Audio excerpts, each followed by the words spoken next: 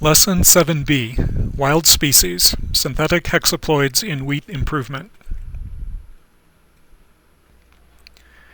This lesson will primarily be about research undertaken in a grant-funded project entitled Increasing Education and Research Capacity in Plant Breeding for Drought Tolerance.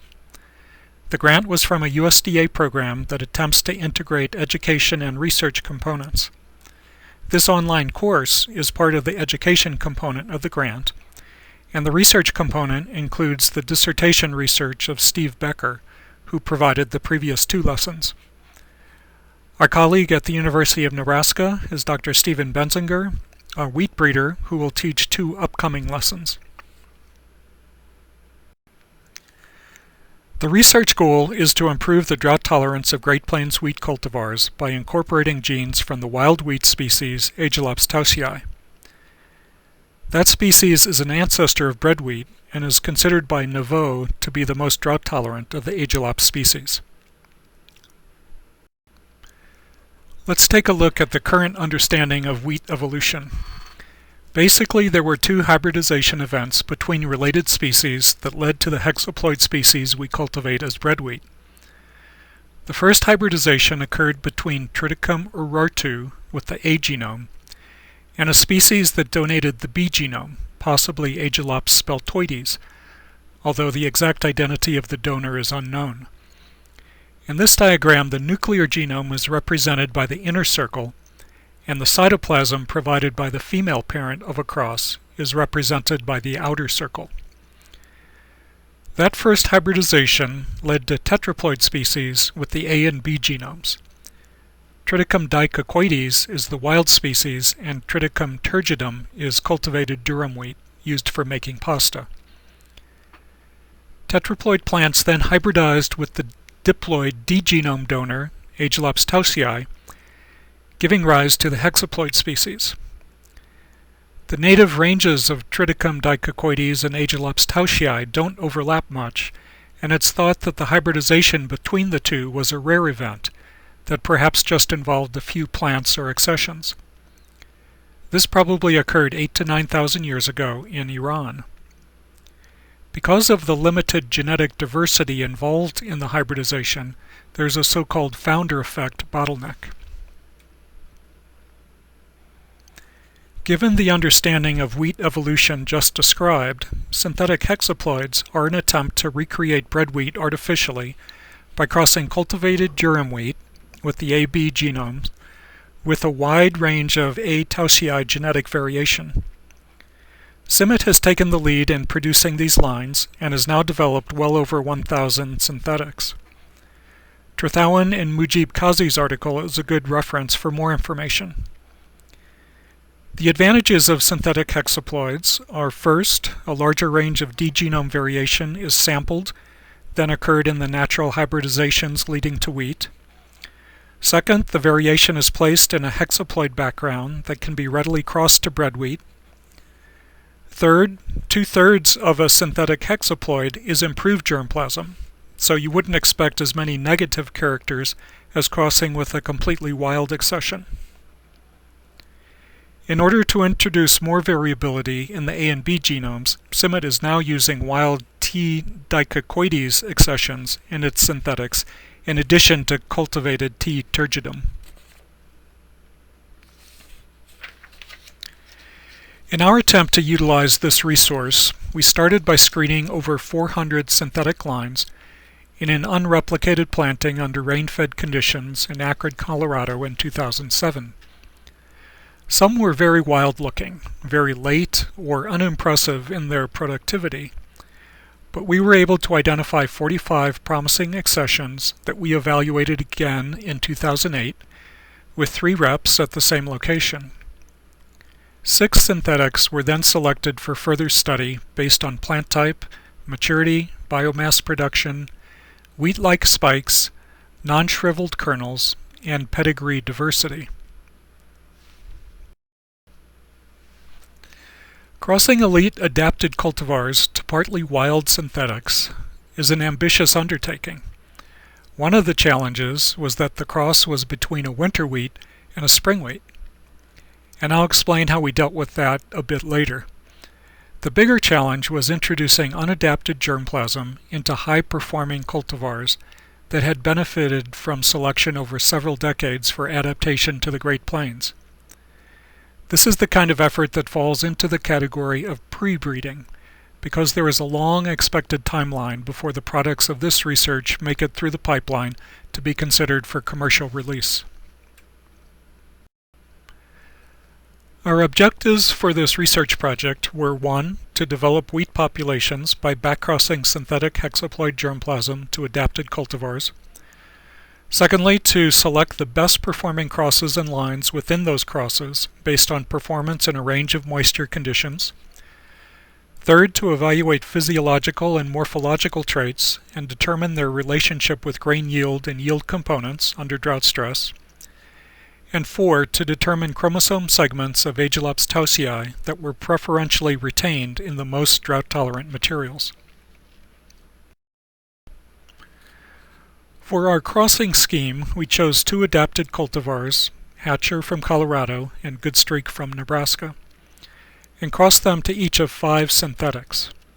We had to eliminate one of the previously selected 6 synthetics. The F1s were backcrossed to the cultivars, and about 200 seed per cross were obtained. So at this stage, the materials were about 75% adapted, 25% synthetic. The BC1 F1 seed was planted in Yuma, Arizona in the winter.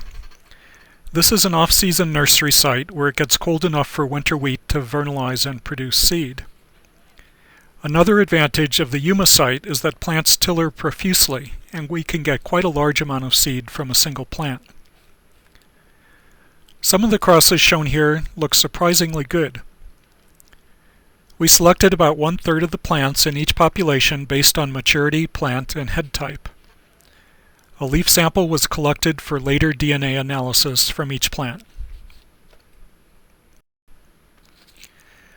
The BC1 F2 seed we harvested from the selected plants was then subjected to a greenhouse screening process for vernalization requirement. 12 seeds from each plant were sown in flats in the summer without vernalization. The expectation is that spring wheat types will transition to the reproductive phase and produce heads, and winter types will remain vegetative. The photo shows some of our results, where the winter types were clearly identified. We selected 159 winter type BC1 F2 families, about 15 families per cross, and evaluated them under a total of 4 well-watered and moisture stress environments. The following season, we evaluated 14 families from each of the 3 best performing synthetics crossed with each cultivar, again in 4 well-watered and moisture stress environments. In each year, we had side-by-side treatments with different soil moisture in Greeley, Colorado, and 2 rain-fed sites in Nebraska. From the best performing families, individual heads were selected and will be evaluated in head rows this coming season. A head row is a row or plot planted with seed from a single head. There is a greater degree of uniformity in these head rows, which are now at the BC1 F4 stage, and a better chance to see differences compared to individual plant comparisons. Some of these selected materials were also used to make a second backcross to the cultivar parent. Progeny of these crosses will also go into head rows. Lines selected from head rows this season will then be evaluated in multi-location yield trials for comparison with the recurrent parent. Here is a portion of the field trial results. The top table shows that some families from the Hatcher crosses showed significant improvement over the cultivar Hatcher. The results for Goodstreak crosses were not as encouraging, indicating that the value of intergressing synthetics is likely to depend on the specific recurrent parent used.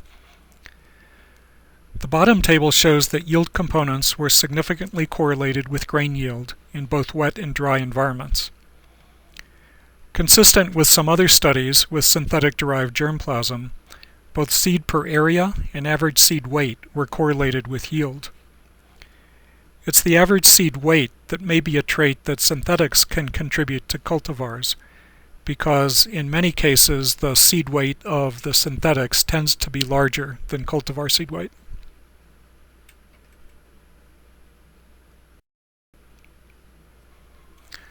A number of physiological and morphological traits were also evaluated in the greenhouse on the synthetics and cultivars, as listed here.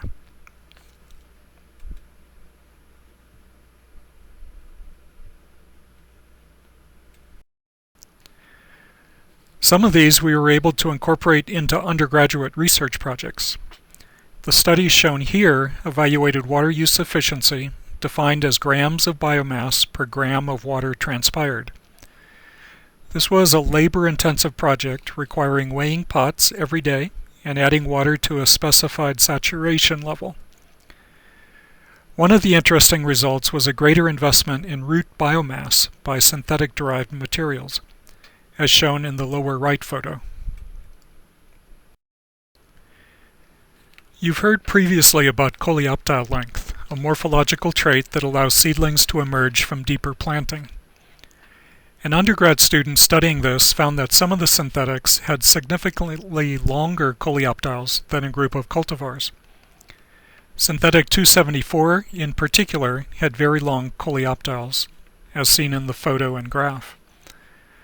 The next step will be to see if some of the synthetic 274 derived backcross families have long coleoptiles without excessively tall plants. Steve and his helpers spent a good deal of time counting stomates on upper and lower leaf surfaces of the synthetics and cultivars. He found that stomatal density was 10% higher for the cultivars, and that the higher density was especially pronounced on the upper leaf surface. However, aperture was negatively correlated with density, a correlation coefficient of -0.34, so that lower density is partially made up for by larger pore size. Molecular marker analysis is another part of the project. As a preliminary step, 2,000 dart loci were genotyped on a group of synthetics and Great Plains cultivars, and a dendrogram constructed based on genetic similarity. The results showed a clear clustering of the cultivars and greater diversity among the synthetics. Interestingly, the synthetics selected for crossing because of their productivity and more wheat-like appearance were in the group of synthetics that clustered more closely to the cultivars, as shown by the arrows. The strategy followed in this study will certainly sample a wide diversity of alleles from the synthetic germplasm, but it remains to be seen whether that diversity is associated with improved drought tolerance. Our plan is to compare marker patterns in the BC1 F1 plants to patterns in the best performing BC1 F4 generation to see which markers have been preferentially retained through several generations of selection. The results should show which chromosome segments from the synthetics, if any, contribute to improved yield. To give you an idea of some of the other work that has been done on synthetic hexaploids, especially at CIMMYT, here is a study reported by Lopez and Reynolds on performance of a group of synthetic-derived wheats compared to their recurrent parents. The synthetic-derived lines averaged an impressive 26% higher yield under terminal drought, and equally impressive, there was no yield penalty under full irrigation. The lines appeared to use different strategies to attain their drought tolerance, including earliness, greater deep root mass, and increased water use efficiency. To close our unit on wild germplasm, I'll let you read the conclusion of their paper.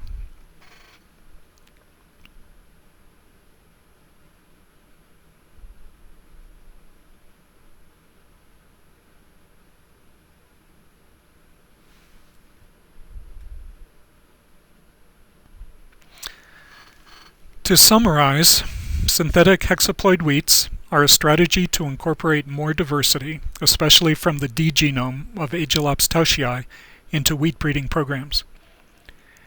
At Colorado State University and the University of Nebraska, we are conducting a research project with the goal of improving drought tolerance in adapted cultivars by incorporating synthetic hexaploid germplasm.